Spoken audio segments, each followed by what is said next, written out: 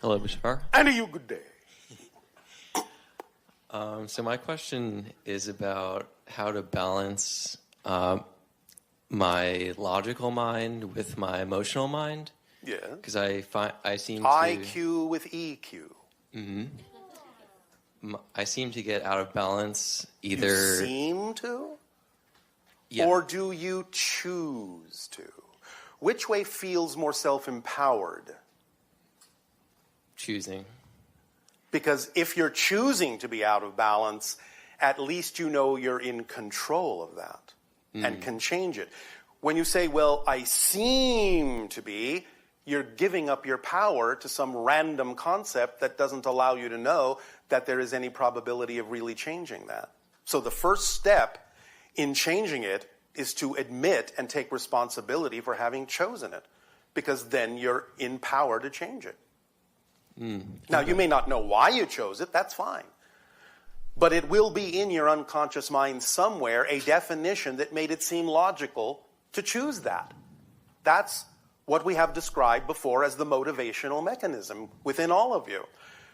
This is a given law. You will always, always, always move in the direction of what you believe to be in your best interest. You will always immediately and automatically move away from what you believe is not in your best interest. So if you can see yourself choosing things that you know are not in your best interest, and you understand the motivational mechanism we've just described, that can only mean that you must be making what is in your best interest seem to not be, or what is not in your best interest seem to be. That's the only reason you would choose something that's not in your best interest, is you have a definitional belief attached to it that makes it seem to be better than the alternative. You understand? Because if people, for example, are afraid to move ahead on their excitement because they have a belief that something bad will happen to them, and they believe that not moving is a safer bet, they will stay where they are. They will keep choosing the safer bet, because they have attached to their excitement a negative definition of the outcome. So you'll avoid it at all costs. When you realize that that may be the kind of definition you've attached to it, you will realize that doesn't make sense. It's illogical. And as soon as you realize there's no reason to attach a negative definition to your excitement, then that definition is gone. And you can start choosing things that you know are in your best interests. Because you will have cleared out the definitions that would make it seem otherwise. Is this making some sense? It is making some sense. Can you apply it to any specific definitions within you that would allow you to choose things you know are not necessarily in your best interest? I guess I would have to become more conscious of all my choices. I guess so. Well, let me ask you this question, because again, this is usually the one for your people that will typically, not always, but typically reveal what the definition is, the fear-based definition is. And the question is, if you were to actually move forward on your passion in life, what are you afraid might happen? What are all the reasons you create for yourself to not move in the direction of your preference, of your excitement, of your passion? Running out of money. Running out of money. Oh, all right. Are you saying that that's not an exciting thing? It could be. It could be the best thing that ever happened to you. How do you know? That's a good point. Thank you. It could be. You see, this goes back to what we say about your definitions, because we understand how things work on your world in general. But the idea is that many of you become way too focused on one particular way in which things work when there are other ways. And you're not allowing your definition to be broad enough to include the other ways. When you focus only on one symbol of abundance, such as money, not invalidating it, not discounting it at all, but it's only one symbol. There are other symbols of abundance, other symbols of support. But when you only focus on one as if that's the most important one, you are closing the doors through which other forms of support and abundance could come. Because you're saying you won't recognize them. If it's not this, I can't be supported. I don't understand how I could possibly be supported if it doesn't come in this form. That's a very limiting and restrictive belief system. But when you understand that abundance is simply one of the natural tools of excitement, and it will bring you whatever form of abundance and support you need to continue to act on your excitement, then you can relax your definition and open all the windows and doors and let abundance come in all its forms. Sometimes somebody may just give you something. That's a form of abundance, you know.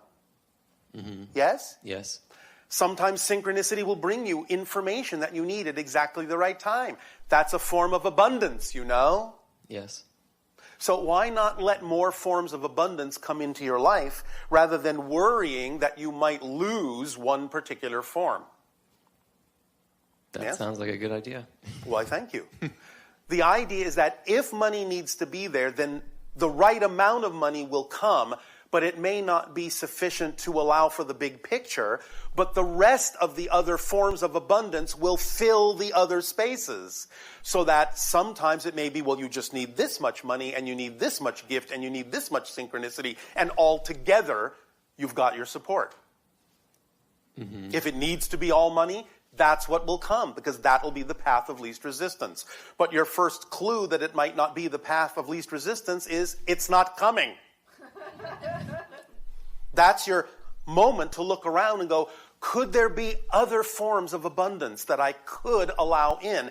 That's where your imagination opens up. Because when you're on the level of the vibration of your passion, you will actually be capable of thinking, of imagining other things that might bring other forms of abundance in. But if you're only focused on one form, you are actually not only closing the door to other forms of abundance, you're closing the doors in your imagination to being even capable of imagining how other forms of abundance could come to you. So you will not even conceive of opportunities you could be acting on that could give you everything you need, because you will not allow them to be visible, because you're not in the correct frequency. Mm-hmm. You cannot perceive what you're not the vibration of first. This is just physics. Mm-hmm. You have to be that frequency first. And when you are, all sorts of things that are commensurate with that frequency will come to you. You'll think of things. Other people might call the things you imagine crazy, but that doesn't mean they won't work for you. They don't have to work for them. They just need to work for you. Mm-hmm. Is this making some sense? Definitely. Is this helping? A lot. All right. Anything else? So do you think it would be wise to just follow my highest excitement and not be concerned with societal expectations? Let me think about that for a moment.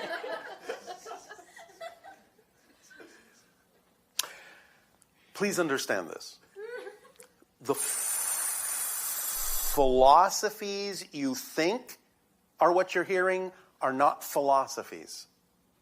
We're actually giving you, literally, an instruction manual for how reality works. We're literally giving you formulas. You follow? Yes. It is no different when we say, act on your highest passion every moment that you can, to the best of your ability, taking it as far as you can until you can take it no further, with zero insistence or assumption as to what the outcome ought to be. That is literally an energy formula. It is physics. It's an instruction manual. It will activate everything you need. It will leave nothing out. It will give you all the tools in the kit of excitement, because it's a complete kit, and nothing relevant will be left out. And all you have to do is remain in a positive state no matter what happens, and you will get the beneficial effect. This is an instruction manual, absolutely no different at all than if someone gave you an instruction manual to operate a piece of machinery, to learn how to drive one of your automobiles. You would say, the instructions say, find the key. Oh, this must be the key. There's a picture of it. Yes, looks just like it. Put it in the slot called the ignition. Oh, all right. Put it in. Turn it this way. Turn it this way. The engine will start. Yes, I hear it started. Now, step on the brake. Step on the brake. That's that one according to the instruction manual. Put the car in gear. Okay, that must mean this thing here. And now step on the gas. The car should move. Oh, yes, it's doing that. Why is it doing all of that? Because I followed the instruction manual. Simple as that. What we are giving you is literally a description of how reality works. It's literally an instruction manual. So if you actually do it as precisely as you can, like you would for any instruction manual, you will see that reality is already working. The instruction manual we're giving you doesn't mean it's not working. The instruction manual we're giving you is giving you an opportunity to experience that it already works in a positive way for you instead of a negative way. Because synchronicity is always working, but you can experience negative synchronicity or positive synchronicity. Does that make sense? Yes. So, if you really understand that this is an instruction manual and you just follow the instructions just as you would with any machine, you will see it's that simple. It works. Mm-hmm. Does that help? Yes. Does that answer your question? It does. Can I ask one more question? That was a question. You want to ask another one? One more. Yes. What if you follow the instruction manual and follow your highest excitement and you end up in a less than preferable state? Thank you for bringing that up. You see, this, as you have just said it, is the absolute crux of the issue that all of you have difficulty with. When you say, if I follow my excitement, what if something less than exciting happens? What you have to realize is what you've just said is not a definition of excitement. It's a different definition. You follow me? To say, I am acting on my excitement, but something can happen that's not representative of my excitement, is not a definition of your excitement. By definition, when you are in your excitement, nothing can happen that you don't find exciting, even if it's what you don't prefer. You find it exciting because you know that to stay in that state means you will extract the benefit from it. So to say something bad can happen when I'm acting in my excitement, when I'm in my state of excitement, is an oxymoron. It's a contradictory definition. It's not a definition of excitement. It's a definition of a completely different reality experience. The reality experience of, I think I'm acting on my excitement, but I find out I'm not. That's the definition you just gave me. It's not a definition of excitement. So that's why it's so important to be clear about your definitions. Your definitions have to be purely representative of the state that we're talking about, or they're not that state. Your definitions will be only commensurate with whatever state is reflective of the definition you're creating. And that's a different state and a different reality experience altogether. Mm-hmm. Yes? Yes. Is that making some sense? Yes. I guess what happened is I followed my excitement and then I didn't get what you preferred. Didn't get what I preferred. But why should you? That's what I'm saying. You see, when we talk again about acting on your passion, it has to be done for its own sake, not because of what you think is supposed to happen. Because, as I said, sometimes you will get things that objectively, neutrally, you may recognize are not things you prefer. But you have to know it's there for a positive reason if you're actually in a positive state. If you don't know it's there for a positive reason, you're not in a positive state. I understand. You have to know that no matter how it looks, no matter how it was created, no matter what anyone else's opinion is about it, you, by staying in a positive state, can only extract a positive and beneficial effect from that circumstance, from that manifestation. The bottom line is, it doesn't matter what happens. It only matters what you do with what happens. Mm-hmm. That's what matters. Matter. That's what matters. The circumstance doesn't create the material. The state of being does. Mm-hmm. Is this making sense? Yes. You want to go? Yeah, thank you so much. Thank you! All right, this is going to be a little dark. Oh, dark. All right, how exciting. Let's dive into darkness. Okay, I wanted to talk to you about human shame. Human shame. It's really a shame that humans have shame. Because you don't have to. Let me explain. All right, explain So- your shame on the plane in Spain.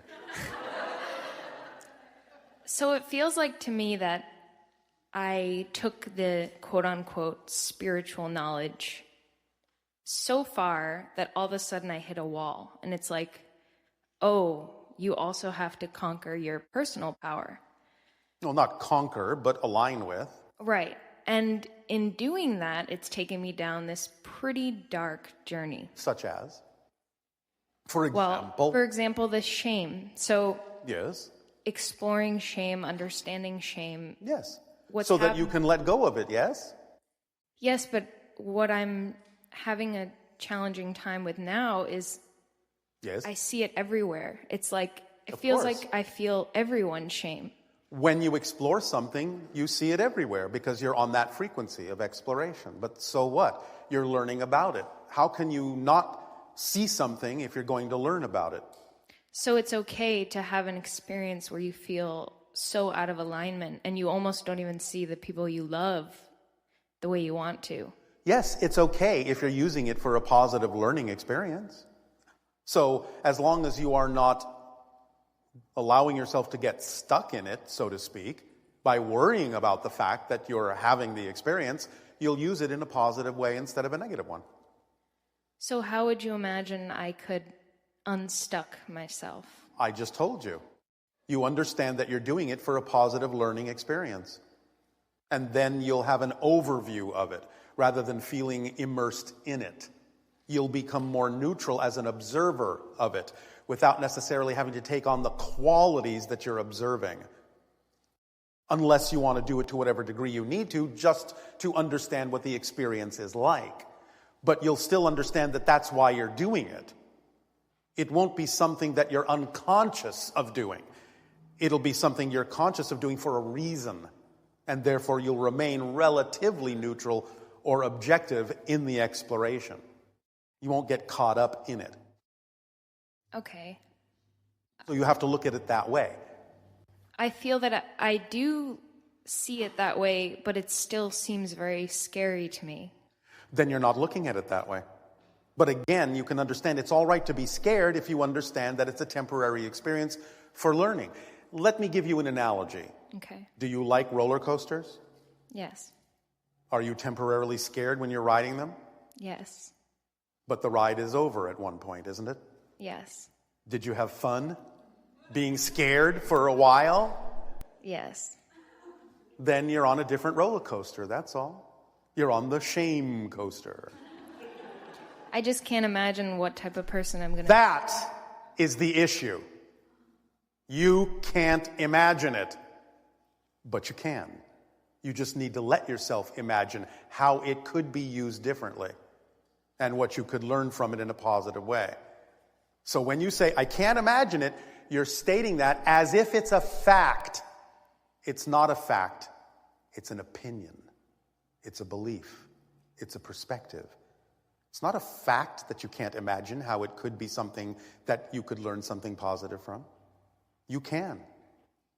What But about... you are not believing that you can. I think for me, it's being able to see the person I'll be when I come out of it. I Well, feel like and I'll be... what would allow you to do that? What kind of perspective would you have to adopt that would allow you to have the kind of perspective that would work for you when you come out of it? Use your imagination right now. Okay, ask the question again. Thank you. Wait, can you ask it again so I can give you the answer? Can you use your imagination to imagine what it would look like and what it would feel like to come out of it with the lesson learned and then move on? Can you imagine seeing yourself do that? Yes, I would imagine I would be more like you. There you go. Then why don't you just be more like me? And then you'll be able to do it. All you have to do is imagine the version of yourself and see that version of yourself doing it, and then do what she does. Behave as she behaves. Think as she thinks. Feel as she feels. And you will be her. And it's okay that there might be a little bit of a process? Process is the entire point of why you're having a physical life. The process is the point. As you've heard on your planet sometimes, the journey is the destination. It's the whole reason why you're having a physical incarnation. Because you want to experience the process of change in order to have a deeper appreciation of it. So the process is the point. Whatever's happening at the moment, there's nowhere more important to be. Be in the process. That's the whole point of why you're experiencing it. To learn from the process. To change yourself and discover something new about yourself from a new perspective. You can't have a new perspective and a new discovery if you don't have a space-time process of some sort. Now, true, on the spirit level, it's a lot less, but on the physical level, it's a very specific kind of space-time process that allows you to have the experience of discovering something new and feeling that you have changed. If things were timeless, there would be no change. Yes? Yeah. So in order to experience the grandeur of change, the great ecstasy of having made a breakthrough, a realization, a revelation, you have to have a process of change. So I'd like to expand on that a little more, if that's okay. Of course. So one of the aspects that I've been exploring that I feel both excited and also really uncomfortable with is shame as it pertains to people who have committed what we would say as evil or bad. Or... All right. Let me stop you there for one moment because we need to clarify something here. Sure. There is a natural vibration within you that is a self-correcting mechanism that urges you back into alignment with your true vibration, your true self. You can interpret that sometimes as shame. But if it goes longer than about 15 seconds, it's self-judgment. And that's where you start having the difficulty. But natural anger, natural shame, which may need different words, is really nothing more than an alignment process, a realignment urging, an encouragement to go back into alignment. Now, if somebody doesn't do it, and it continues, it can develop into the kind of self-judgment shame that you're talking about, where then it simply becomes a cycle of self-judgment that feels like an entrapment. But if you understand that the origin of that feeling is simply a realignment process to what is really true for you, and you don't negatively define it or judge it in that first 15 seconds, you won't actually go into the negative form of shame, of self-judgment for having felt out of alignment. You will simply go back into alignment instead of wallowing in the fact that you went out of alignment, which is self-judgment, which doesn't allow you to align.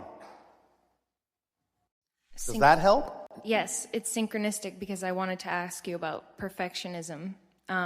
Well, you're perfect as you are right now. In the next moment, you will be a different kind of perfect. But whatever you are right now is a perfect version of what you are. So you can't be a more perfect version of what you are right now. When you change, you will be a different version. And that version will be perfect for what it is. But perfectionism in the sense of self-judgment, again, goes back to the idea that you're not good enough as you are.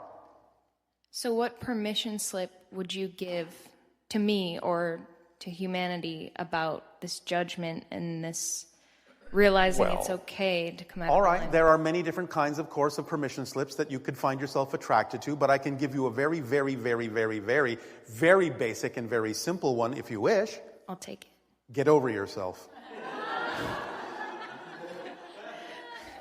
Get over yourself. So what?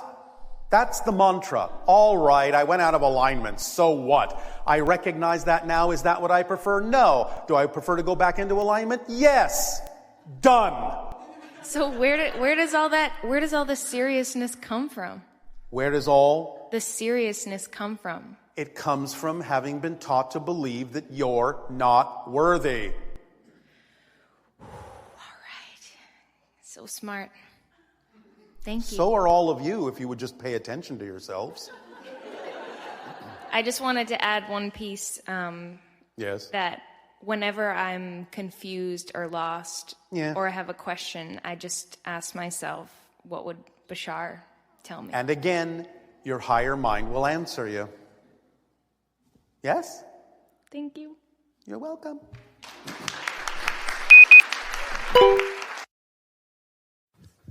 Hello, Bashar. And you good day. So my question is about how to balance my logical mind with my emotional mind. Yeah. Because I seem to IQ with EQ. I seem to get out of balance either. You seem to? Yeah. Or do you choose to? Which way feels more self-empowered? Choosing. Because if you're choosing to be out of balance, at least you know you're in control of that and can change it. When you say, well, I seem to be, you're giving up your power to some random concept that doesn't allow you to know that there is any probability of really changing that. So the first step in changing it is to admit and take responsibility for having chosen it, because then you're in power to change it. Now, you may not know why you chose it, that's fine. But it will be in your unconscious mind somewhere a definition that made it seem logical to choose that. That's what we have described before as the motivational mechanism within all of you. This is a given law. You will always, always, always move in the direction of what you believe to be in your best interest. You will always immediately and automatically move away from what you believe is not in your best interest. So if you can see yourself choosing things that you know are not in your best interest, and you understand the motivational mechanism we've just described, that can only mean that you must be making what is in your best interest seem to not be, or what is not in your best interest seem to be. That's the only reason you would choose something that's not in your best interest, is you have a definitional belief attached to it that makes it seem to be better than the alternative. You understand? Because if people, for example, are afraid to move ahead on their excitement because they have a belief that something bad will happen to them, and they believe that not moving is a safer bet, they will stay where they are. They will keep choosing the safer bet because they have attached to their excitement a negative definition of the outcome. So you'll avoid it at all costs. When you realize that that may be the kind of definition you've attached to it, you will realize that doesn't make sense. It's illogical. And as soon as you realize there's no reason to attach a negative definition to your excitement, then that definition is gone. And you can start choosing things that you know are in your best interests. Because you will have cleared out the definitions that would make it seem otherwise. Is this making some sense? It is making some sense. Can you apply it to any specific definitions within you that would allow you to choose things you know are not necessarily in your best interest? I guess I would have to become more conscious of all my choices. I guess so. Well, let me ask you this question, because again, this is usually the one for your people that will typically, not always, but typically reveal what the definition is, the fear-based definition is. And the question is, if you were to actually move forward on your passion in life, what are you afraid might happen? What are all the reasons you create for yourself to not move in the direction of your preference, of your excitement, of your passion? Running out of money. Running out of money. Oh, all right. Are you saying that that's not an exciting thing? It could be. It could be the best thing that ever happened to you. How do you know? That's a good point. Thank you. It could be. You see, this goes back to what we say about your definitions, because we understand how things work on your world in general. But the idea is that many of you become way too focused on one particular way in which things work when there are other ways. And you're not allowing your definition to be broad enough to include the other ways. When you focus only on one symbol of abundance, such as money, not invalidating it, not discounting it at all, but it's only one symbol. There are other symbols of abundance, other symbols of support. But when you only focus on one as if that's the most important one, you are closing the doors through which other forms of support and abundance could come.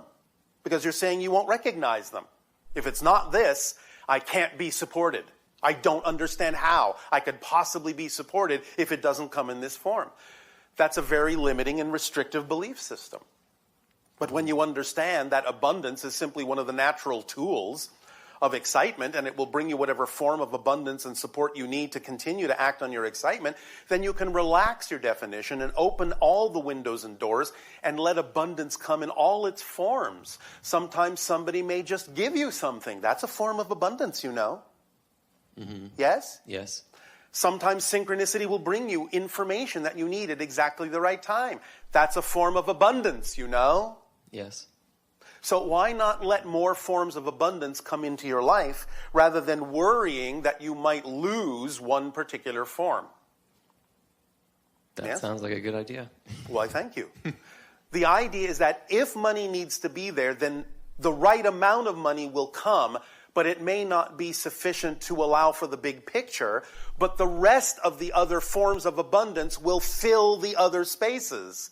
So that sometimes it may be, well, you just need this much money, and you need this much gift, and you need this much synchronicity, and all together, you've got your support.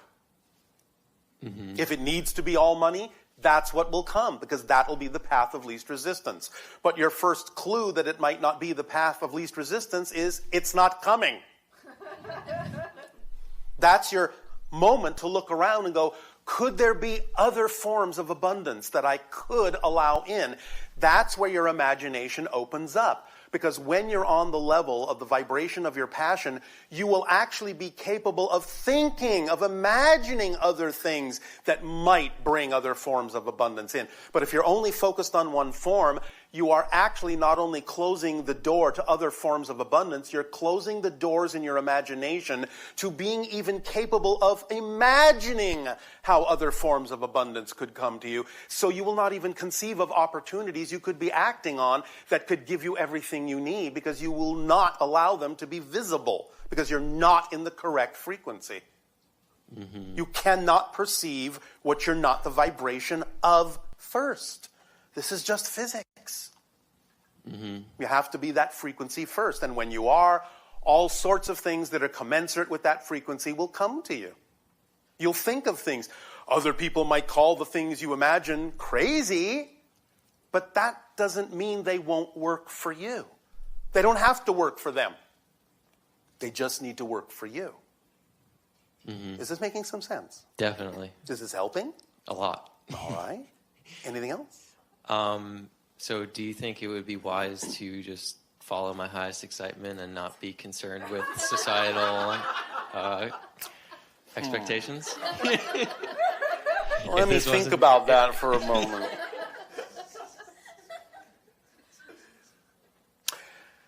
Please understand this.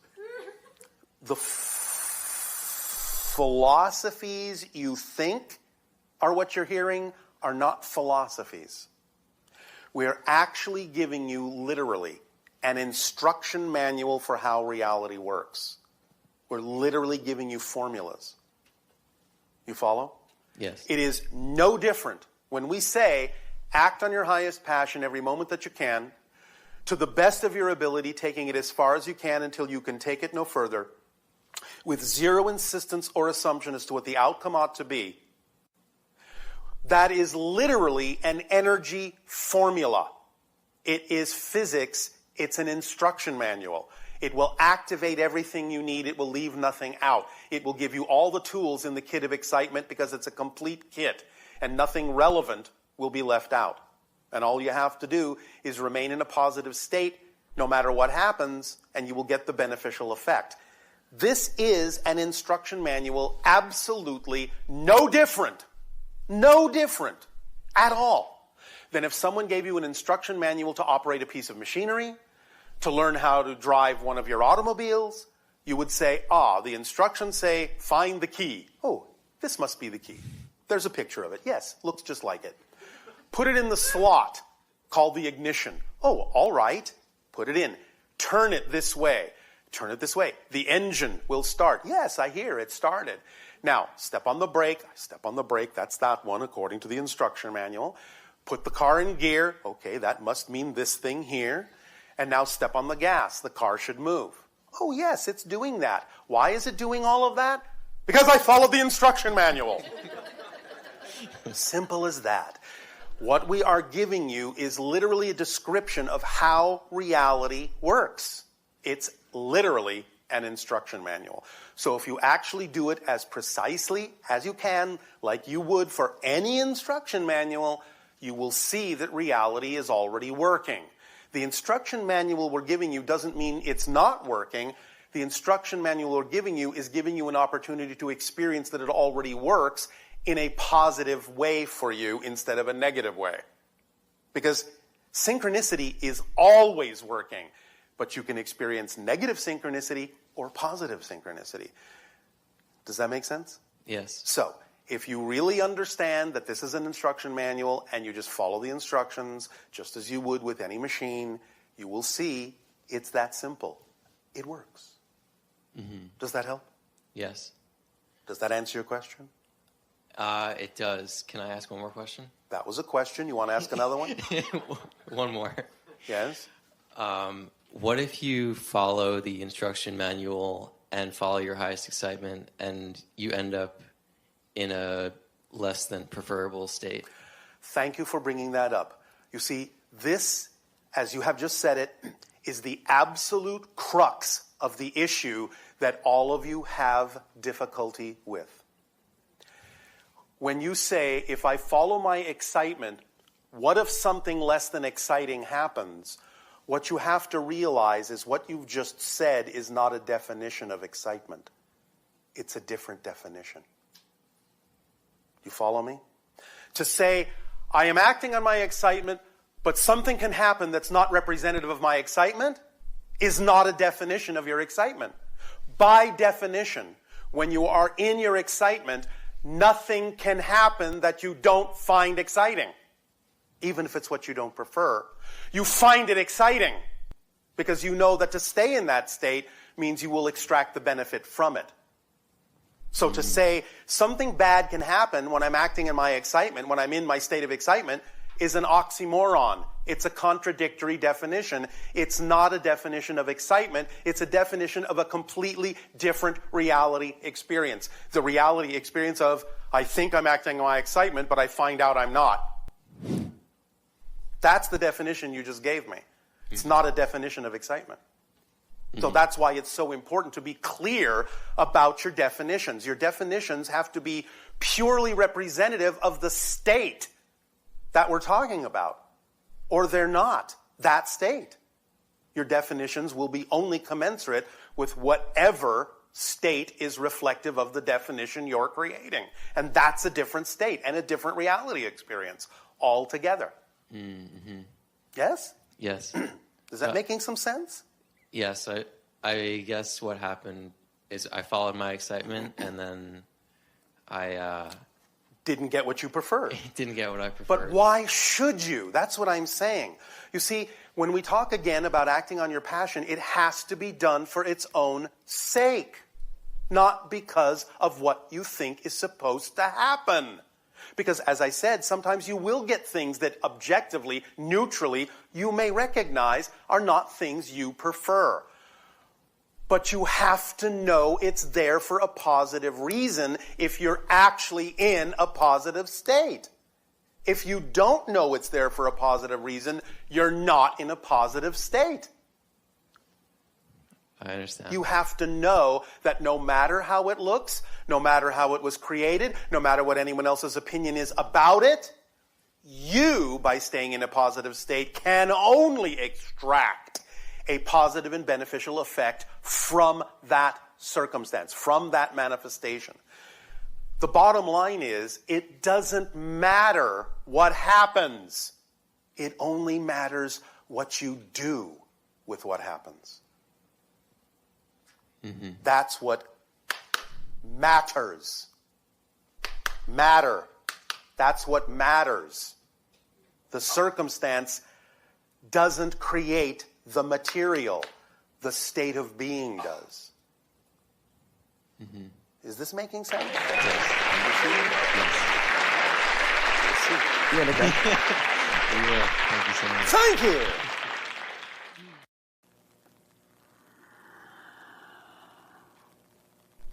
I want to say good day to you all this day of your time. How are you all? All right. All right, thank you. So, what's new? Anything changed this fall? No? All right. We understand, as we have said, that this would be the fall of 2016 where everything would change, and I think perhaps many of you actually believe us now. The idea, however, is that, as we have said many times, the circumstances themselves aren't the issue. Your state of being always remains the issue. How you respond to what happens is far more important to how you experience your reality than what is actually happening. The idea is to always, as we have also said, make sure that you always allow yourself the opportunity to give the circumstances that do occur a positive and beneficial meaning for you, even if you recognize that there may be things within whatever happens that you don't necessarily prefer. The fact that it happens can still be used by you in a positive way to propel you forward in the way that you actually prefer to be propelled, in the direction you actually prefer to go. You can allow yourself the opportunity to begin to recognize how to look at recent circumstances in a positive way that will allow you to receive a benefit no matter what anyone else chooses to experience. Now, we understand that a lot of you, as you say in your language, are freaking out. But again, there is many, many things that can occur still. Many things are, as you say, up in the air. The greatest effect here is the effect that you call shock and disorientation. But this can be a positive thing if you use it that way.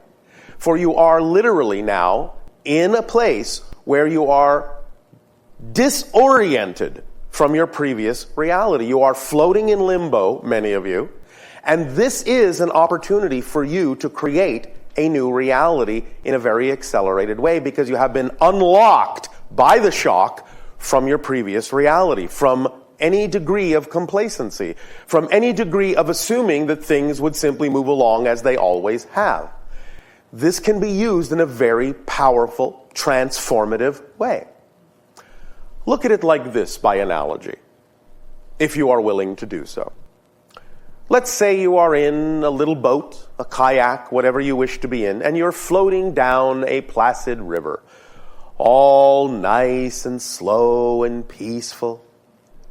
And then suddenly you hit some rapids. If you understand how to ride the rapids, you can actually navigate your way through them and get downstream much, much faster than otherwise you would have just floating along on the placid river. So, this is an opportunity for you to experience a few rapids. And yes, there may be some bumps. But if you can understand how to stay in the state of being you prefer, and allow yourself to ride those rapids with skill and vision, you will find that this is actually something, because of the unlocking, that has given you an opportunity to move very quickly, to accelerate very quickly in the direction of the reality you prefer. This is, at this nexus point right now, one of the major nexus points of the splitting into different parallel realities. One of the things you have been given the opportunity to see very clearly is that, in a sense, you are living in two different countries. Yes? Yes. Almost evenly divided.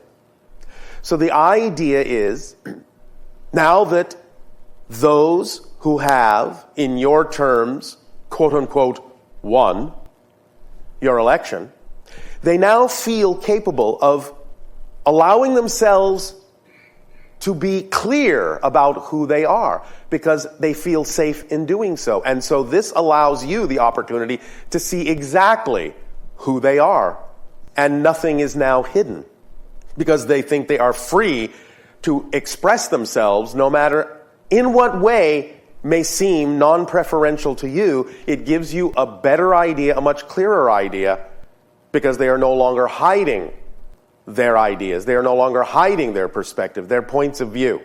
No matter how vibrationally incompatible you may find them, they have now exposed themselves for who they are. And thus, this is part of what we have said about you're getting everything out on the table very, very transparently so that you can decide what kind of a world you actually prefer, and they can decide what kind of a world they actually prefer. I will tell you that there are still going to be a few surprises even for them, because the person that they have elected won't necessarily be always doing things the way they thought he would. So this is far from over for a lot of reasons. This is a process that's going to continue for quite some time, and you will see that it will fluctuate quite radically from time to time in a variety of different directions. But nevertheless, what you are really seeing, what you're actually experiencing for the first time more consciously, is literally two side-by-side realities that are reflective of actual parallel reality splitting. So, this is your opportunity to remain in a vibratory state, not be scared, not go negative, not in any way, shape, or form react, but respond with that positive vibration so that you can ride that wave that is now happening and allow yourself to ride it, as we said, in balance, with skill, in the direction that it can propel you toward what you prefer much, much more quickly. This shock wave is literally that, a wave of shock, and it can propel you very rapidly in the direction that you prefer if you use it that way. So please, remain in the state of being that you prefer. You have many symbols that are inherent within this particular event that has happened now that are very similar to other events that have happened in terms of their shock ability. As has been pointed out already, you have a very similar energy to what you experienced on what you call 9/11, and it was repeated on 11/9. So you're getting the mirror image and coming out the other side. You have the anniversary at this time of a wall that was torn down and people talking about building another one. So again, you see the polarity and the paradox in these events if you know how to look at them. You know how to read the symbols. Know what kind of a permission slip this is for you. So do not despair. Do not give in and match the vibration of fear and negativity. See this as an opportunity that others may not see, and lead the way by staying in the state of being that you prefer so you can, by example, demonstrate to others how they can also ride this wave. There is no need for the negative reaction. You're only matching the frequency of what you fear. Allow yourself to see this in a very different way, for it is a very powerful, magical opportunity that has unlocked you from an old reality. It is also, in many ways, acted as a safety valve for many kinds of tensions that were existing on your planet. We understand that there may be many other countries on your world that are reacting also with fear to this particular kind of change. But at the same time, if you look around, the ones that were actually, in a sense, most dangerous to you have now actually relaxed their stance because they feel that the person now in charge of your country is someone they can actually speak with. And whether that becomes true or not, the idea is the tensions in the areas that need to be brought down have now gone down. So things have actually smoothed out in those areas because they are of like mind. Now, it may not necessarily be a mind that most of you prefer, but the very fact that they think they can communicate breaks the tension. Do you understand? Yes. So you have to look at the results on a big picture, a big scale, to understand all the ramifications of what's going on here. But you will not be able to see them in a positive way unless you yourself choose to be in a positive state first. Because remember, you cannot perceive what you're not the vibration of. So by staying in a positive state, you will get more opportunity to have inspirations and big picture perspectives that will allow you to see what we're telling you very clearly. That this was an opportunity to unlock from the status quo, because it is one of the most important things that needs to happen in a civilization that's about to have contact with extraterrestrial societies in an open way, is that you get unlocked from the status quo. You have to drift free of all you assumed was normal, of all you took for granted, of the society you thought you were living in, to actually drift over into another vibration of another reality that contains the potential for extra-dimensional contact. And now you are drifting in that limbo. You are unlocked from the status quo. You now are open to the idea that, well, anything can happen now. And that is exactly the state of being you need to be in to actually experience open contact with us and other extraterrestrial and extra-dimensional beings. So this is working in your favor. And it is, in that sense, a gift you have been given, even though it may not necessarily have been the intention of those that gave it to you. Because things work in mysterious ways, do they not? And you can always see the positive and the negative and choose which one you prefer. Now, I will share something else with you. That also is a precursor and leading up to the idea of change in many areas on your planet, but specifically we are still going to focus on your particular country. Many of you have known for quite some time that our ship is above the area you call Sedona, Arizona. Yes? Yes. And we have talked about the idea that we are connected to the vortex, a very powerful vortex in that area. And we have been pumping energy and vibrations into that vortex so that it can contain more potential for discovering yourself, more potential for awakening into who you truly are, more potential for extraterrestrial contact. Now, here's the trick. As you watched on your election night your country maps, yes, and you had your blue states and your red states popping up and you're not ready to count yet. And as you started to see more and more and more red, yes, more blue states previously flipping to red, yes, and you saw a huge swath of red through the middle of your country, yes, and then you saw one little arm of red come over and go down to what? Arizona. Now there's a link to that vortex for all those that consider themselves to be in the red areas, and the vibration of our energy can now begin to slowly leak and follow that path up into the red areas and start to blossom in all the little vortices that exist in those areas, so that unbeknownst to a lot of people, they will suddenly be bathed in an energy they quite not figure out what's happening.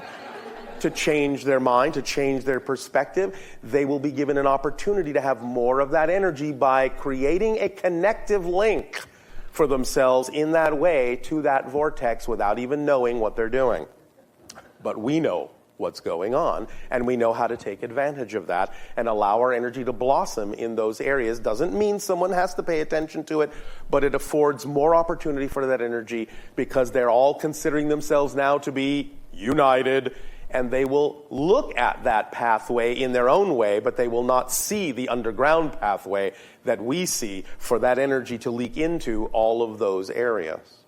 So that will also help promote the idea of opening up minds, opening up and changing perspectives, and allowing them to reconsider and see more clearly the choices that they are making. And you may see some very surprising changes going on in that area over the years to come, between your year now and your year of 2020. With respect to the idea of contact, with respect to the idea of the disclosure of the presence of us and other extraterrestrials, not saying it's going to happen, so please do not misquote us. But there is a higher probability now of disclosure actually happening. Because what do you have in the position of power? Someone who simply does what they think is cool. And makes them look good. Hey, what if I told everyone that the aliens are real? Wouldn't that make me stand out above everyone else? Narcissist that I am. So there is actually a potential for someone who is typically a loose cannon to let something slip that they think might actually make them look good, regardless of what others may actually prefer them to do or not do. So the idea is, even though they may think they can rely on their candidate, they're going to get a few surprises. Now, the idea is to also allow yourself to remember that the affiliations of that person are actually much broader than you may think. They have actually come from an opposite political party. Yes? You understand the background? And they are allowing cracks to happen through which other kinds of energies and interests will come in that, again, many may think will serve their agenda, but may be surprised to find will actually serve an opposite agenda in time. So this has actually allowed them, in their complacency, to open up cracks and not pay attention to certain things that are leaking in. Such as the fact, and what may seem to be extremely paradoxical to you, that the focus on the election was so intense that those opposed to legalizing marijuana didn't know what hit them. Weren't paying attention. And suddenly, that passed. And so you see the ideas working for you in a variety of ways, kind of like what you call your little magic trick of the cups and the balls. And where's the ball now? Where's the ball now? Where's the ball now? Oh, look over here. Oops, you missed it. So again, there are opportunities that are here for you that are peppered throughout this experience, this event. You just know how to look and how to find them by staying in the positive state. And with regard to the idea of disclosure, you will find that at this time, whether it's this individual or not, things have been accelerated in a different way, along a different path. Doesn't mean it was the same path as before, but it may actually allow for more probabilities and more opportunities to open up, more cracks to form in the status quo, so that things may crumble in such a way as to allow for new things to come in much more quickly than before, than the status quo itself may have actually allowed. We're not talking here about the idea of the integrity or lack thereof of any individual or who you may have preferred because they represent something that you are in alignment with. We're talking about the idea of exactly how your society needs to change to open up to new things that you all say you would like to happen, that you would prefer to have happen.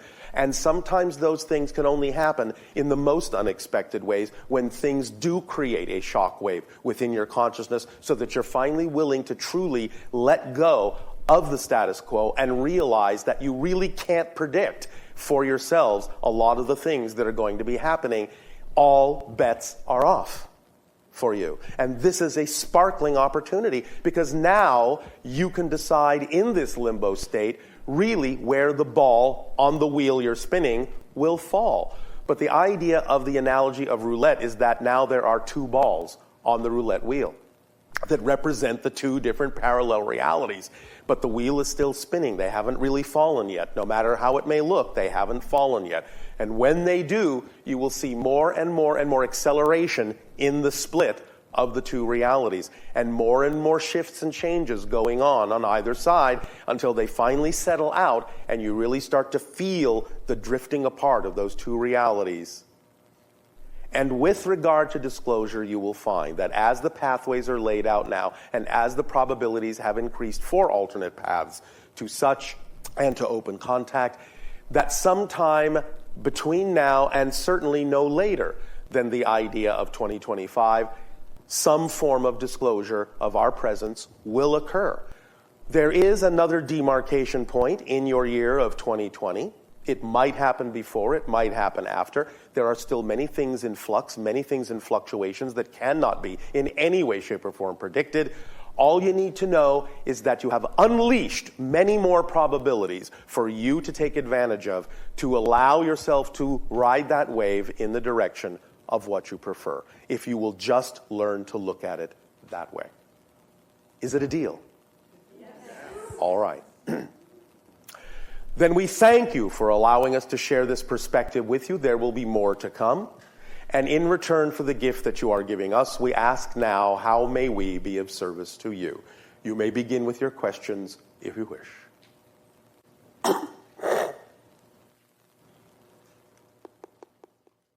I will say good day to you this day of your time. How are you all once again? All right. We would like to begin this transmission with the following idea.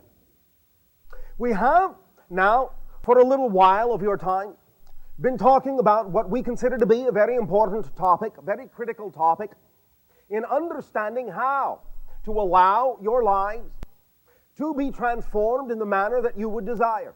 Notice that we utilize your word allow rather than use the word make. Allowing is the key. And this is why. What we will now talk about will be the issue that many of you have begun to understand, that is called the issue of surrender. And when we utilize that term, we do not mean surrender in the negative sense, in that you are creating a sacrifice within yourself, or in a sense giving up something which you truly need. We are talking about the concept of surrender as the true acceptance of your total being, of your total self, and the letting go of those aspects of your personality that only limit you, that in a sense are imposed upon you from childhood, that may not really be representative of who you are at heart, who you are in the core of your being. That is the type of surrender we are talking about. The allowance is to allow yourself to believe, to know with certainty that if you will be willing to let go of old ideas, old patterns, old beliefs, old definitions, and accept the being you were created to be in the image of the infinite, then you will be able to see, by surrendering those aspects of your personality that don't serve you, you will be able to see your life begin to reflect back to you those aspects of your being that are truly you. For physical reality, as you call it, is really nothing but a mirror. And I mean this quite literally. Quite literally. You have on your planet a device called a glass mirror. And when you look into a mirror, you will see the reflection of your face. Now, if your reflection is wearing a frown, you do not reach out and force the reflection to smile, but you yourself choose to smile instead. Physical reality is exactly like this. If you see things in your life, and they are not necessarily reflective of what you prefer, of what you know to be representative of your true self in your heart of hearts, your natural core true being, the idea is not to attempt to manipulate the outside reality reflection in order to bring things back into alignment, but that you must change yourself within yourself first, so that your physical reality, being the mirror that it is, can reflect that change back to you. So just as you know You cannot manipulate the reflection in a glass mirror in order to see the face smile, but instead must smile first. So too, you can be absolutely assured that you know that if you do smile, you will see the smile reflected by the mirror, for the mirror has no choice but to follow suit. And therefore you can be assured that if you change inside, if you change yourself, your physical reality has no choice but to reflect that back to you. It must follow suit, for it does not have a mind of its own. But we know that when you are brought up with ideas that can make you doubt yourselves, then you can play all sorts of complicated games in your mind about whether or not your reality is going to reflect the truth. You can not be certain that it will reflect back to you who you are. You can pretend that it has the ability to do something contrary to what it is that you give off. But it can't. It really cannot. This is simple physics.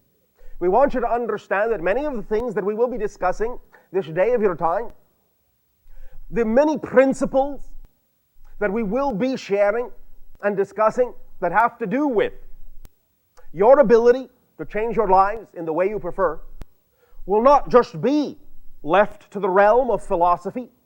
Oh, that sounds like a nice idea, but how does it work? Oh, that's all well and good to say that thing, all lovey-dovey, as you say, but what practical use is it? We will not leave it in that realm, but will allow you to understand that the tools, the concepts that we are sharing with you are truly concepts of physics, action, reaction.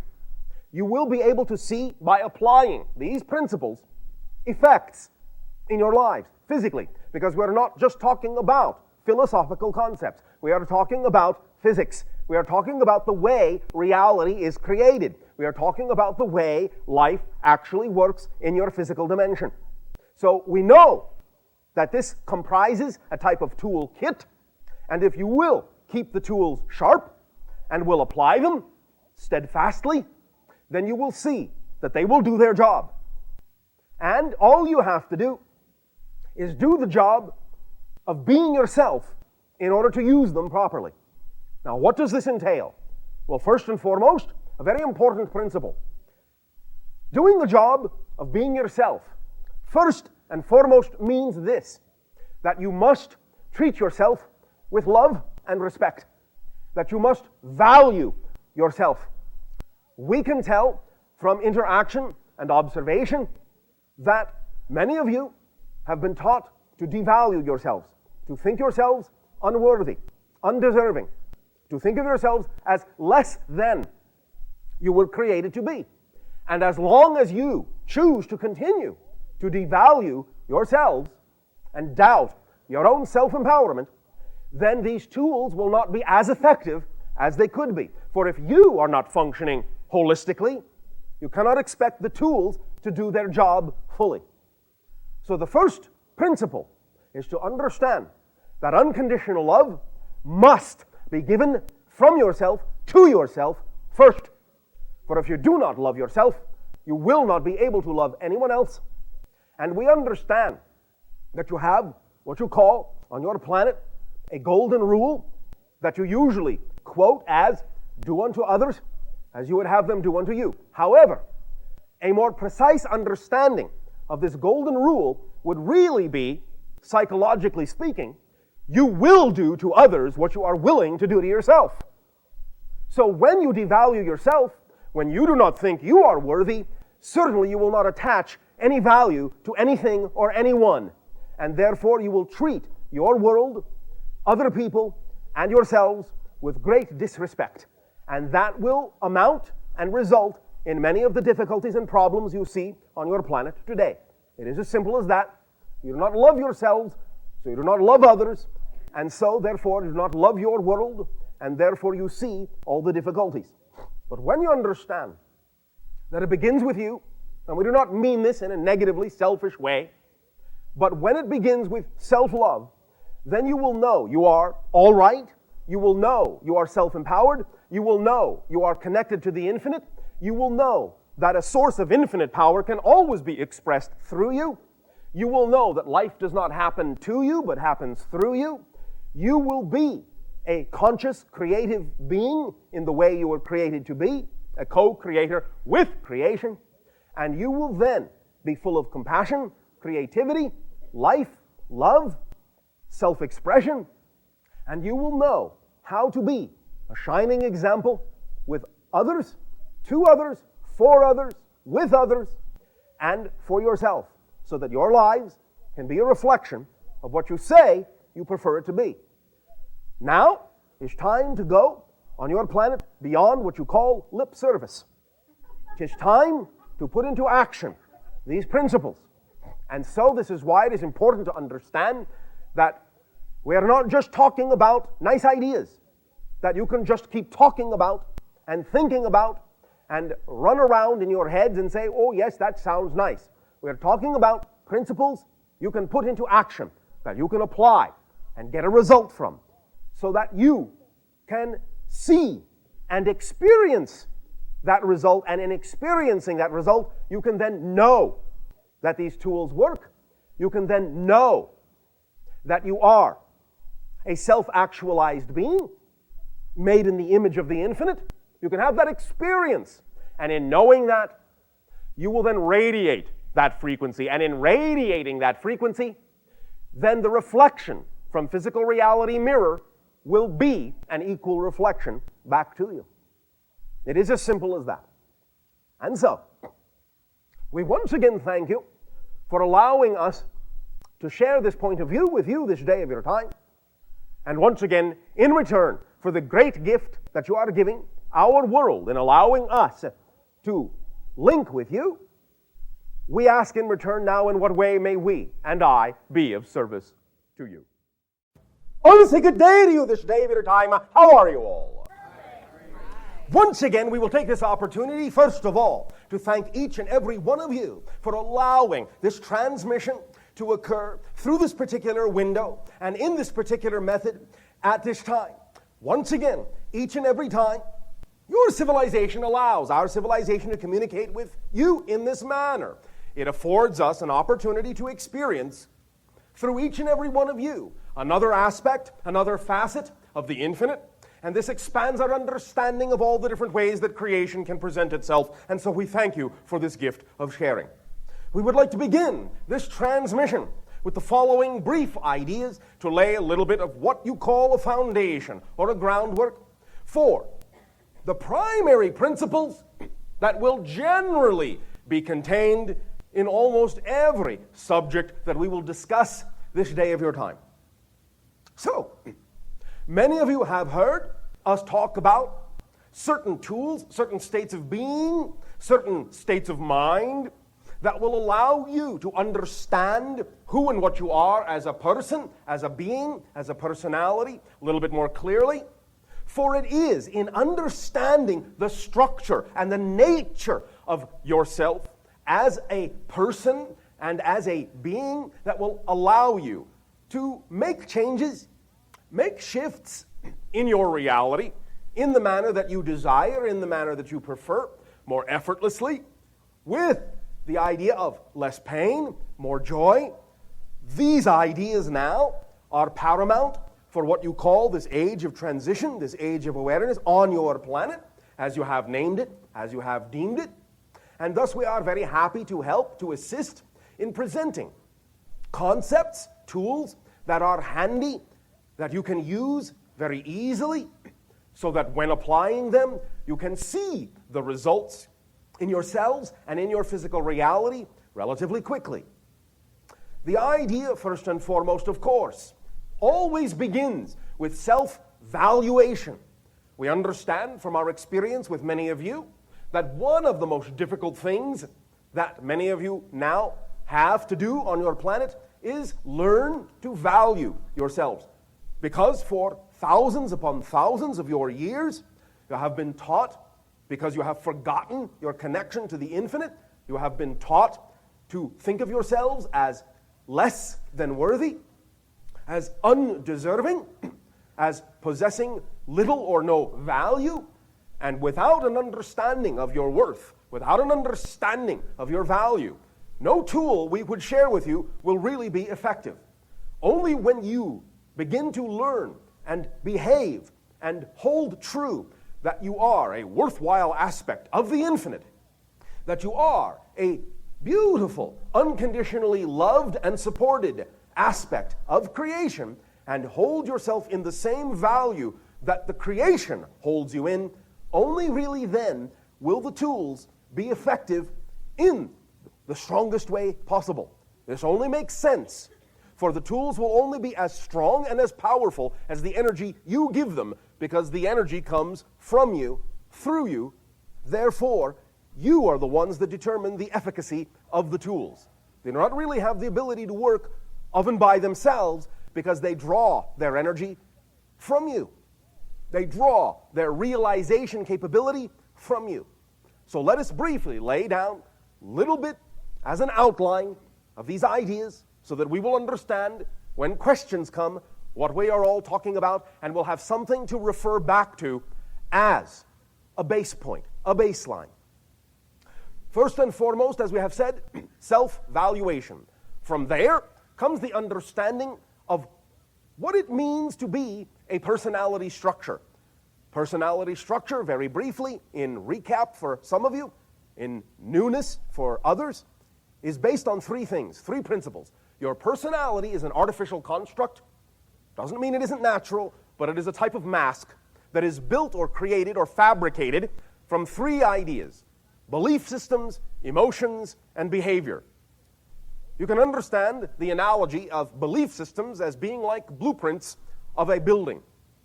Emotions are the builders, the activation principles and energies that get the building built. The behavior is the building materials, the thoughts and actions that you do. So you can instantly understand that the nature of the blueprint, the clarity of the design, will determine the ultimate product, and the nature of the builders will determine the quality of the product, and the nature of the building materials will determine the quality of the final building. When those three things are in alignment, you can understand that your reality will reflect the idea of a strong structure, a strong reality that is stable in that way. But if either your belief, blueprint, your emotional builder, or your behavior, building materials, are somehow lacking or out of balance in the idea of self-worth and self-valuation, and are not aligned with the other sides of the three-sided prism, then of course it would be obvious that your building would be, as you would say in your language, a little bit wonky. So, this whole idea is to help clarify what those three components really are all about, and how to maintain them and bring them back into balance. Now, also, it takes an understanding that physical reality is really just a mirror, and it can only reflect what you put out. There are really only 4 laws in creation that allow you to experience everything that you experience. Law number 1 is that you exist. Can't do much about that. Now, when we talk, first of all, about laws, we're not talking about the type of laws that you have on your planet that are, in that sense, arbitrary rules and regulations that can be broken or changed or rewritten or ignored. But the idea is even beyond what many of you call laws of physics, because even some of these are only germane to your particular universal reality, and in other dimensions, many of the so-called laws that you have labeled do not really apply. We are talking about real laws, because real laws cannot be broken. Cannot be broken. It is impossible. And it is these 4 laws that give structure to all of creation. So, as we have said, law number 1, you exist. And what that actually means, when taken out to its ultimate logical understanding, is that if you exist now, you always will, and you always have. Therefore, you may change form, but you will always exist in some way, shape, or form. Because isness is the only quality that existence has. It does not know how to become non-existence. Non-existence is already full of all the things that will never exist, and there is no room in non-existence for that which does exist. That which exists only has one quality, to be, and thus that is the only thing it will always be. So if you do exist, You always will. So relax. Law number 2. The one is the all, and the all are the one. And this simply means that all of the pieces together form the one. And the one is the one, but knows itself simultaneously as all the pieces. What this means is that creation is not separate from the Creator, but is made of the Creator, and that there is no outside to it. Everything that is, every discrete person, place, thing, every discrete concept, every discrete part is a part of one same whole, and also, holographically, every single part is the whole, expressing itself as a part of the whole. So the second law, the one is all, the all are one. Law 3, what you put out is what you get back. Very simple. The energy you give off, based on your beliefs, your emotions, your behaviors, the vibrational frequency you give off is what determines the kind of reality experience you have. Because physical reality doesn't exist except as a reflection of what you strongly believe is true for you. That is all physical reality is. It is literally like a mirror. If you are looking in a mirror and you see your face with a frown on it, you know that you don't go over to the mirror and try to force the reflection to smile. You know that if you want to see the reflection smile, you must smile first. There is no way to change the reflection without you smiling first. But you can also conversely understand that when you decide to smile, the reflection has no choice but to return the smile because it doesn't have a mind of its own. So the idea to understand is that physical reality very much is really like a mirror. It will not change until you do first. But if you do, it has no choice but to follow suit because it is only a reflection of what you have put out.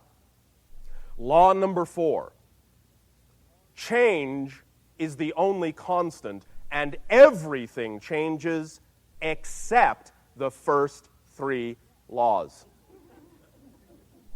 That is it. 1, 2, 3, 4. That's it. Every experience you have ever had, are having now, or will ever have is based on a combination of these 4 laws to varying degrees. That's it. Now, the idea to understand, again, is that when you allow yourself to make choices, then your choices are based on your motivation. And your motivation is based on your definitions.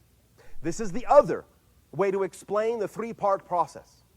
Your behavior, your choices, are based on your motivations, your emotions, which stem from your definitions, which are your beliefs. So anytime you are making a choice, it is always because you have been motivated to make that choice. Motivation only has 2 parts to it. This is all there is to motivation. You will always, in every single case, you will always choose what you perceive to be the choice that is closest to pleasure and furthest from pain. That's it. That is your entire motivational force. But notice I said you will choose what you perceive to be closest to pleasure and furthest from pain. And that's where definitions come in, because only as you define what you believe to be pleasurable or painful will you then be motivated to make choices in accordance to that belief. So many times you may choose things that on one level you could say seem to be detrimental or destructive to you, but if you keep choosing it, that simply means that you must have a definition in your belief system somewhere that says that regardless of how painful it is to keep choosing that, you are somehow defining it as being less painful than making any other choice. That's why it is so powerful to get in touch with what your belief systems are, because when you find out why you may be defining something as pleasurable or painful, and you change the definition, you will instantly change your motivation, and you will instantly change the choices that you make, because you're all motivated people. None of you lack motivation. None of you lack trust. It's just a matter of where you are placing your trust and what definition you are motivated to act upon. That's all there is to it. This is how you simplify the things in your life, by understanding them from the base on up, from definition through motivation through choice, from belief through emotion through behavior. That's all there is to it, really. The final thing that we will be including in this toolkit is the idea that we have begun to talk about now recently that is above and beyond the idea of belief, and that is simple knowingness, which comes from the idea of surrender, letting go. Now, again, we understand that in many of the definitions many of you have on your planet regarding this word surrender, many of you will label this as a loss of some sort or a lack of control of some sort, and this is not the case. Surrender, if we may provide our definition, is the letting go of the concept of who you think you're supposed to be and actually being who you are. Because who you are is unlimited possibilities. And when you allow yourself to surrender to the idea and the experience that you were created in the image of the infinite, which means you are infinite possibilities too, then the physical reality, which is only a mirror, can then reflect those unlimited possibilities back to you in the synchronicities as they naturally unfold in your physical day-to-day life. So surrender is actually acceptance of your total self, not, in that sense, the forsaking of your total self, as many of you have been led to believe through the definitions that your world has provided you with that only serve to limit you. And this is what we want to share with you, and what we suggest you learn to give up are those limitations. So that is really what we are going to be discussing in all of these interactions. Are variations of those principles. It will usually all come down to that idea. And of course, it will usually also come down to one other principle that is all wrapped up in this, and that has to do with being your natural true self, which in many cases is simply another way of saying follow your joy, follow your excitement to the best of your ability, because the sensation that you call joy, the sensation that you call excitement, the sensation that you call unconditional love is the frequency of energy that represents your natural, true, core, original self. So when you are acting on circumstances and opportunities that bring with them the highest level of this joy, the highest level of excitement, you are saying you have the faith to take the steps to act upon your true self, and in so doing, your physical reality, the mirror, will support you because it has no choice but to do so. These are the principles that comprise the toolkit of manifestation and change, and that's really all there is to it. You will see as we discuss the ideas that you wish to share this day of your time that almost everything you have to share will come down in one way, shape, or form to these ideas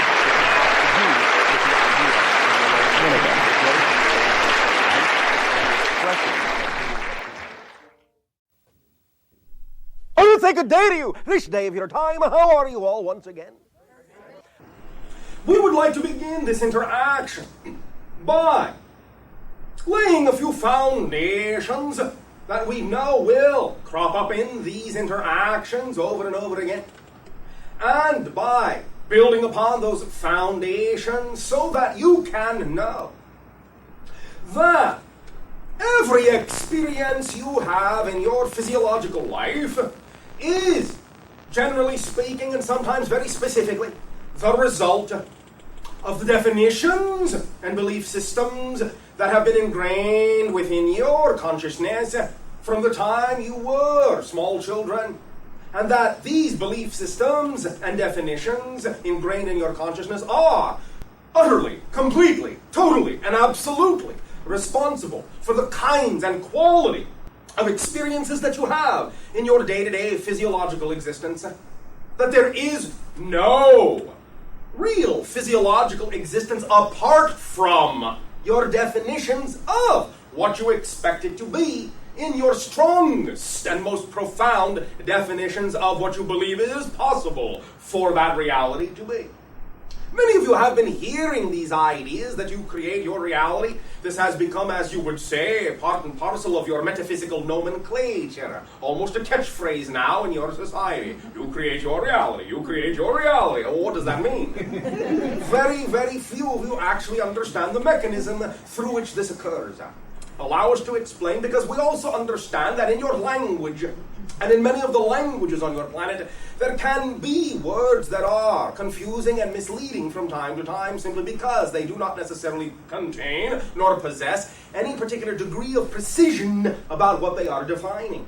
Such as the word create. You create your reality. The idea really, perhaps a little bit more precisely defined, would be as follows. Yes, in essence, generally, you do create your physiological reality. But, again, more accurately, everything is the result of vibration of consciousness, frequency of energy. Everything is a frequency, a vibration. This is this and that is that, only because this is a particular vibration and that is a different vibration. It's all one and the same energy. It's all one and the same material, so to speak. It's all one and the same consciousness, totally homogeneous on one level, but diversified due to the different patterns of frequency, vibrations, and resonance which occur within that one homogeneous medium of consciousness. So, the way you create, so to speak, any particular reality is through the frequency that you give off collectively as an individual and collectively as a society. Whatever frequency you are operating on, whatever, shall we say in your language, bandwidth you are operating on, of course, is the program that you get, just as you do through the analogy of your radio and television technologies. You know that if you are, as you say, tuned to a particular station, you do not really expect to get another program other than what is on that station. Any bleed through, which may happen from time to time, is usually the result of what you recognize as, so to speak, an imprecise tuning. But the idea really is that the kind of reality you get, the kind of experiences you attract, and attract is the key word, more precisely than create, is the result of the kind of frequency you are giving off, because what you call physical reality is really inside you, not really out there, as you say. It is a mirror, it is a reflection of the idea of yourself expressed in a particular format of physiological terminology. Like a mirror, a glass mirror, that contains nothing but reflects everything. You recognize that there is nothing out there. It is just a reflection. Everything that's happening seemingly out there is just a reflection in some symbolic form, one way or another, of what's going on in here, in your totality, of how you see yourself, how you think of yourself, how you behave, what you define yourself to be.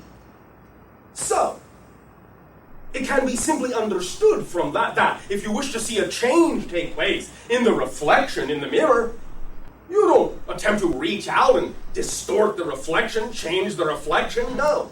You change yourself, and thus automatically the reflection must, by definition, change. It has no choice.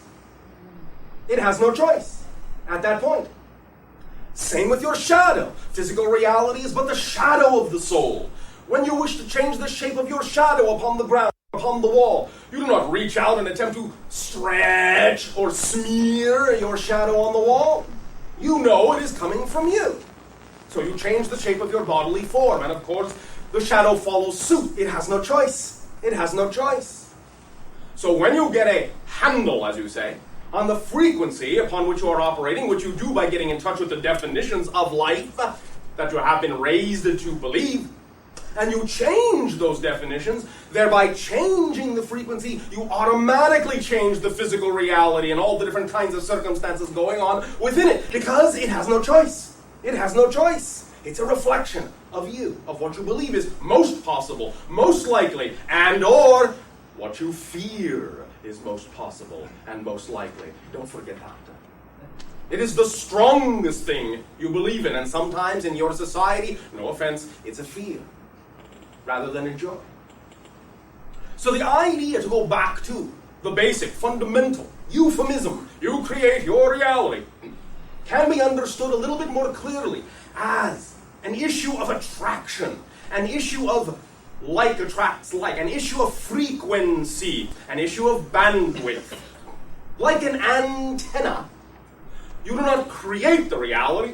It already exists. It's already real. Whatever it is you desire in your life, whatever kind of reality you want, already exists, because everything already exists. You don't have to create it in the sense that you have to make it from scratch. You simply need to attract it. That's all. Attract it by making yourself more attractive to that reality by operating on the appropriate frequency, in the appropriate bandwidth. Then you can attract the accoutrements, the situations, the people, the circumstances, the opportunities, the synchronicities that go hand in hand with that description of reality that you say you want, because you are operating on that level, on that frequency. When you do operate on a particular frequency, you cannot get anything but the reality that is reflective, that is resonant to that particular frequency. So, if you find there are things going on in your life that you do not prefer, this is not a judgment, just an observation that there are things you would like to change, not through judging them, but through the recognition that they no longer represent your concept of yourself, you can do so. You can do so by changing your idea of yourself, getting in touch with why you have the idea of yourself you already do, finding out where that came from, and replacing it with another definition. Knowing as strongly as you had the first definition in place, knowing that the second definition will replace it automatically. When you know it has the equal potential to replace it. It will. And as soon as you replace it, as soon as you transform it, more precisely, from one definition into another, you will get the reality that goes hand in hand with that definition, just as certainly as you do get the radio or television program that goes hand in hand with the appropriate channel that you tuned to. It is really simple physics, simple mechanics. It's really no more mysterious than that, even though we recognize that many of your metaphysical practices are surrounded and immersed in many different and confusing and sometimes seemingly self-contradictory rituals. It really is no more complex than what we have just described. Now, it is up to you as to how to get in touch, as to be willing to get in touch with why you are the way you are, and finding out that if there is some other way you would rather be, to give yourself permission to allow yourself to behave, to create the frequency of, the state of being of that reality, so you can attract that reality which already exists. Because you don't have to create it. It's already there. Everything already exists. Everything is one. You just get the reality. You get the aspect of the total reality you are on the wavelength of. That's all it is. That's all. So then, in the discussions that we will have with you this day of your time, more often than not, allow yourself to see how this pattern emerges over and over and over again in the things that you share with us, in the questions that you have, in the observations that you make, that it all comes down to your definitions of life rather than the idea that life really is this way. Because life really isn't anyway in particular until you define it to be so. Allow yourself the willingness, the freedom to stretch, to open up, to relax a little bit on your definitions. We understand that some of these patterns seem strongly ingrained. Well, that's just because you have been spoon-fed these patterns since birth, sometimes even before birth. You simply need to recognize the diet you have been on and decide to change what you put in your belief system. That's all. That's all. Sometimes this will really happen quite quickly just through a simple redefining of a term that opens up a new understanding of how to see that idea. For example, many of you, most of you, as we have come across in our conversation from time to time, will usually define the word doubt as a lack of trust. And you hear many metaphysicians and many different individuals and different sources of information saying, well, in order to change your reality, in order to create the reality you want, you have to trust 100% in that reality, or you won't get it. And we hear the collective moaning and groaning. And, how can you trust 100% of the time in something? There's always a little bit of doubt. No one can trust 100% of the time. It's not possible. Oh, woe is us. But you see, it is only your definition of doubt that makes it seem so difficult, so impossible. When you define doubt as a lack of trust, certainly it seems near to impossible that you could have 100% trust and never a shred of doubt. But when you all of a sudden understand that doubt is a 100% trust in a definition you don't prefer, you recognize that you're trusting in 100% all the time. You are never not trusting in something. Otherwise, you wouldn't have an experiential reality. It's just an issue of what are you trusting in? Are you trusting in things you don't prefer? Are you trusting in definitions that no longer work for you? That's the issue. So you see, it isn't a matter of having to learn how to trust. You already do that beautifully, flawlessly. Every single moment, you can't help yourself, you're made that way. You trust in something every single moment of existence. All you now have to do is decide and discover what are you trusting in. And if you don't prefer to trust in that idea, now you give yourself the ability to simply shift where your trust is going and reap the benefits of the replacement of the trust energy. Is this clear?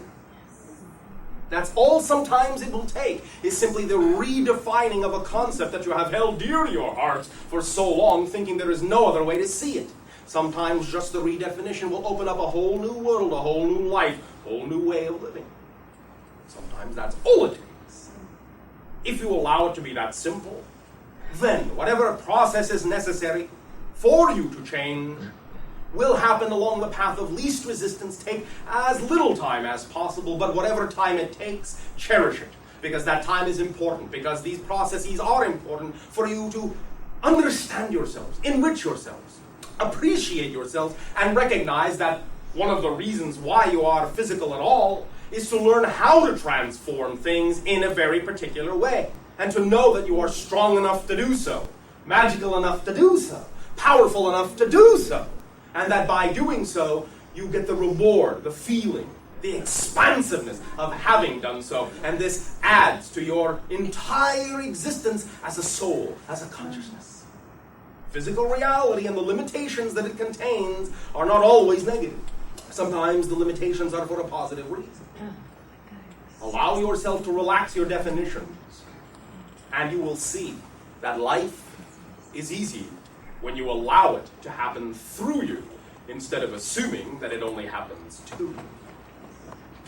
Now then, once again, in return for your wonderful, beautiful gift of allowing us to experience you this day of your life, I ask, in what way may we be accepted? I want to say good day to you this day of your time. How are you all? We would like to begin this interaction with a few words on the ideas of what you call in your society limitations. Now, we have, for many of your years, as we have been communicating to your society, talked about the idea of dissolving limitations, and many of you have begun to hear from many different sources in your society the idea also of dissolving limitations, going beyond your limitations, expanding your notions of your consciousness so that you are not at the mercy of some of the negative limitations that you have created and set up in your society.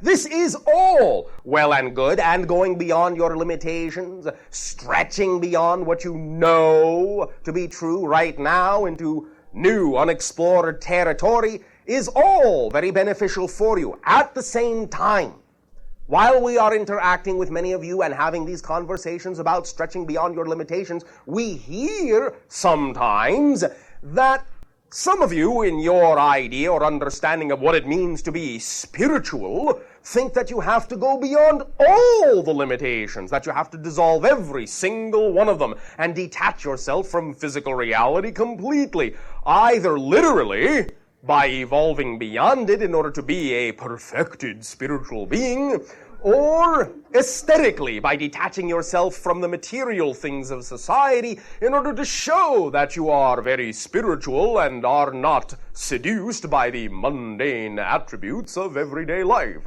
However, understand that there is a misunderstanding in this concept. Limitation has many positive effects. First of all, the idea in and of itself of experiencing a physical reality cannot happen without some degree of self-imposed limitation upon your consciousness. Physical reality is a discrete experiential dimension, and by not imposing certain kinds of restrictions on your consciousness, you would not be capable of focusing down to the degree that you have in order to have what you call a physical experience. Because your natural state is an unlimited, totally expansive consciousness. So in order to crystallize yourself, shall we say, to materialize your consciousness in physical form, you do have to impose some set of limitations upon yourself in order to have that kind of reality experience. Now, also understand that in non-physical reality, then you are, in a sense, a thought form living in a world of thought form. And there is no concept of real space and time on that level, in the non-physical world. You are at one with the reality there. There is no segregation, no separation in these concepts. And as you think, as you conceive of a thing, it instantly manifests and you have the experience. Now, on some levels, many of you say, well, this sounds pretty good. I want to have a manifestation as soon as I think of it. But recognize something. You are beings of polarity, dark and light. And on some of those levels, it is still possible for you to experience many negative aspects of your total consciousness.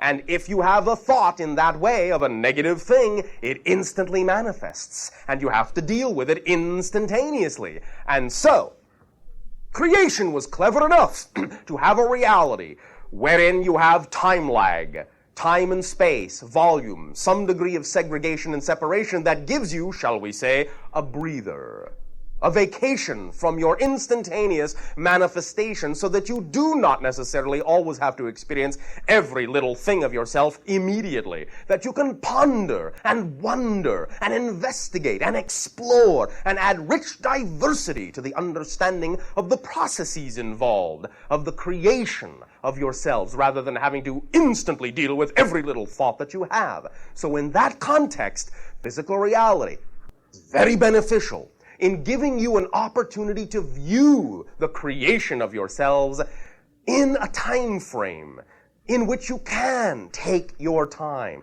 in which you can see things from a different perspective rather than simply immediately being overwhelmed by every little thought, every little idea. And in that context, physical reality and the limitations that are inherent in it are very beneficial. So do not be too eager to run away from all of your limitations.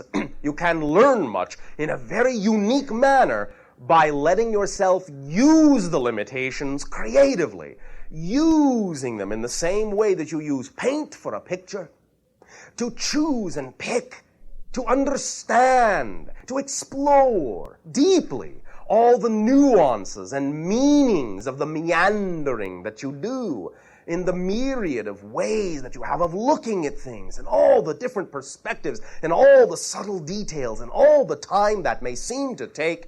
The more you enjoy that journey you have created, the richer the journey will be, and you will not have to be so impatient to get through all these details. The more you use the details, the more you learn what they have to inform you of, what they have to offer you, then, paradoxically, the more accelerated you will become, because you'll be having so much fun on every little detail that comes up. You'll not be paying attention to the idea that something better has to come along. You'll be living in the moment, and that's how things accelerate.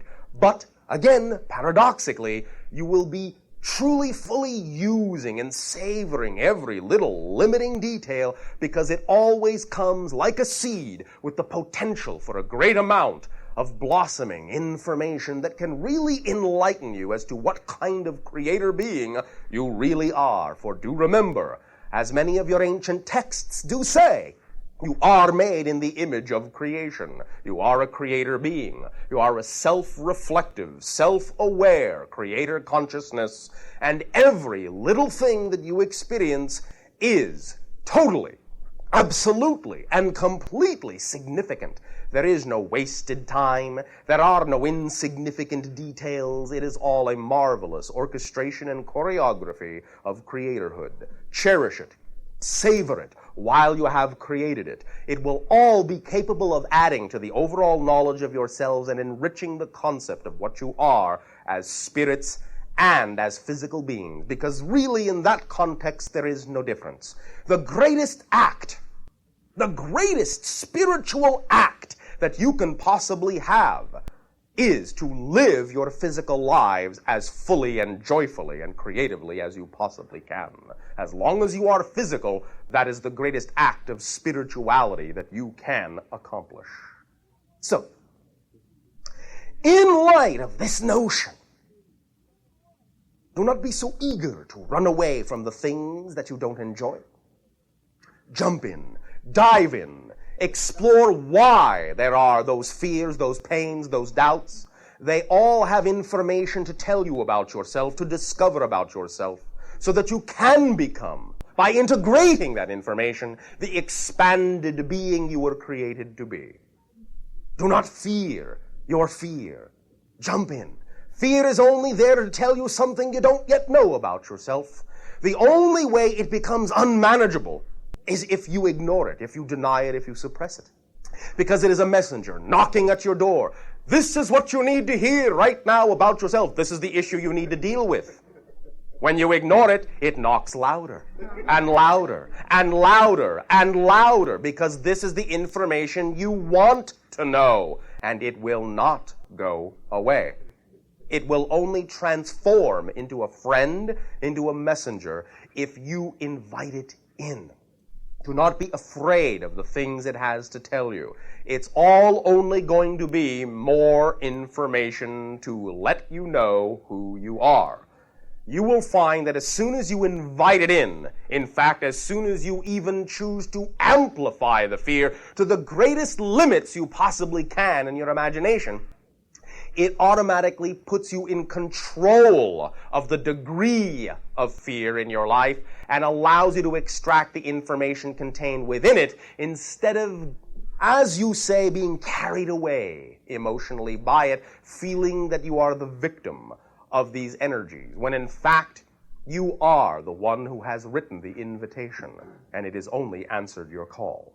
So open your eyes and be conscious and conscientious of all the things that you consider to be painful in your lives. We are not saying you need the pain, but we are saying that if you do create the pain, don't ignore it. Invite it in, for when you find out why it's there, that's when it transforms into another energy that is far, far, far more enjoyable. Because it's all the same energy. It's all the same energy. You are only one energy, 100% one energy. When you change your pain, you're not getting rid of it. You're not getting rid of the energy. You're transforming the same energy of pain into the energy, the vibration, the frequency of joy. The pain, in that sense, has not really gone anywhere. It has just changed its frequency, its vibration. You are that energy. You are experiencing yourself when you feel pain. You are experiencing yourself when you feel joy. You experience pain, anxiety, doubt, hesitation, and fear when you choose to experience the energy of your consciousness through negative belief systems about your reality and about yourself. It's like a filter that converts the energy of yourself into the doubt and pain and fear that you feel. But the same energy, the very same energy of fear, is experienced as love, joy, and excitement when you filter that energy through the belief systems of positive understanding and creative acceptance of yourself. It's the same energy. You don't get rid of pain, you don't get rid of fear, because there's nowhere to get rid of anything to. It's all in you. There's no outside. You are it. You are a self-contained reality. So you have to change the energy that is yourself into what you prefer it to be.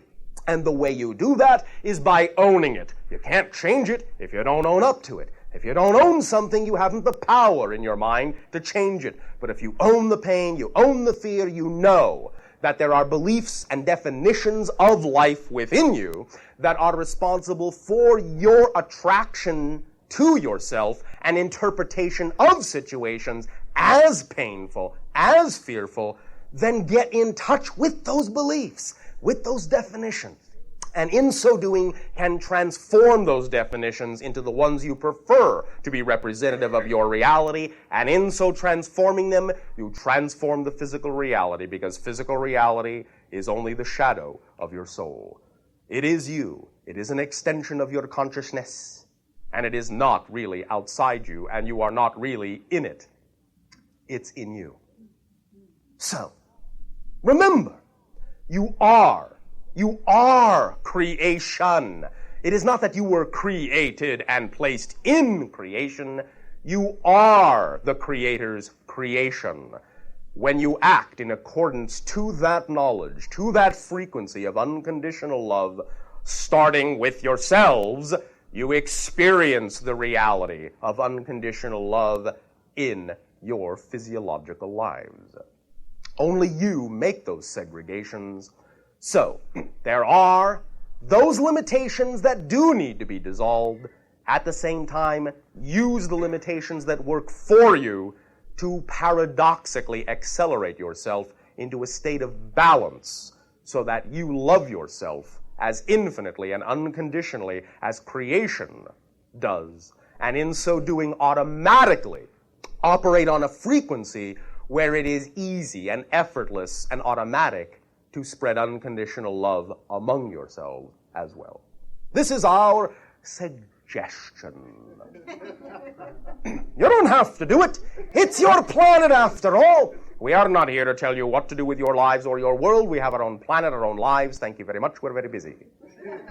We have no time to live your lives for you, operate your planet for you, run your world for you.